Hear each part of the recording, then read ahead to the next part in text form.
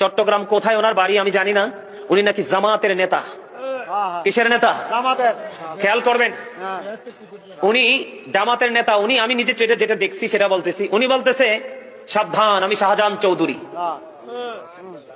ইনি বলতেছে সাবধান আমাকে যে না চিনে তার বাড়ি ঠিকানা মাটির নিচে।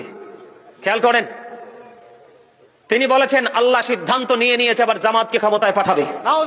জোরে কন্যা নাউজুবিল্লাহ। এই বক্তব্য 100% কুফরি।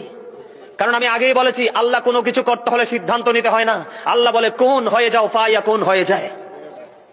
কথাকে বুঝে আসছে? আবার তিনি বলেছেন ওনার জন্য নাকি সূর্য দাঁড়িয়ে থাকবে। আর জোরে বলেন না নাউজুবিল্লাহ।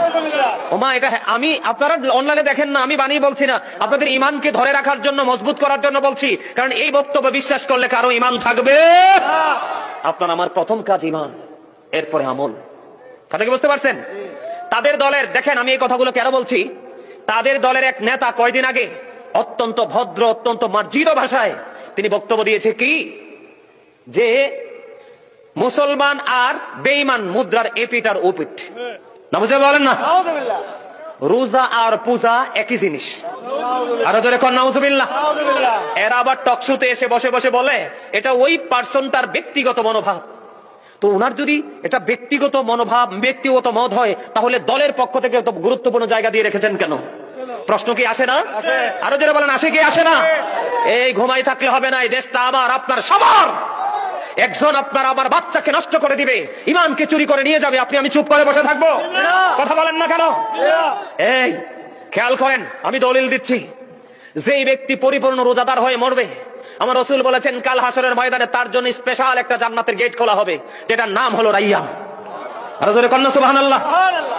এই জান্নাতের গেটের নাম হলো রাইয়ান। এই গেটটা দিয়ে শুধু পরিপূর্ণ স্পেশাল রোজাদাররা জান্নাতের গেট দিয়ে ঢুকবে। ঢুকার পরে যখন রোজাদাররা ঢুকে যাবে, অটো দরজাটা বন্ধ হয়ে যাবে। রোজার মর্যাদা আছে না নাই?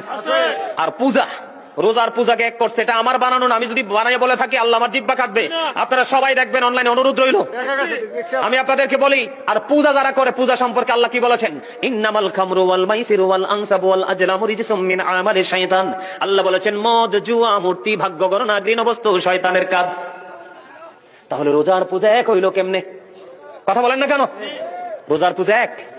ওরা বলছে হিন্দুদের উলুধ্বনি আর মুসলমানের আযান একই জিনিস। নাউজুবিল্লাহ বলেন না কেন?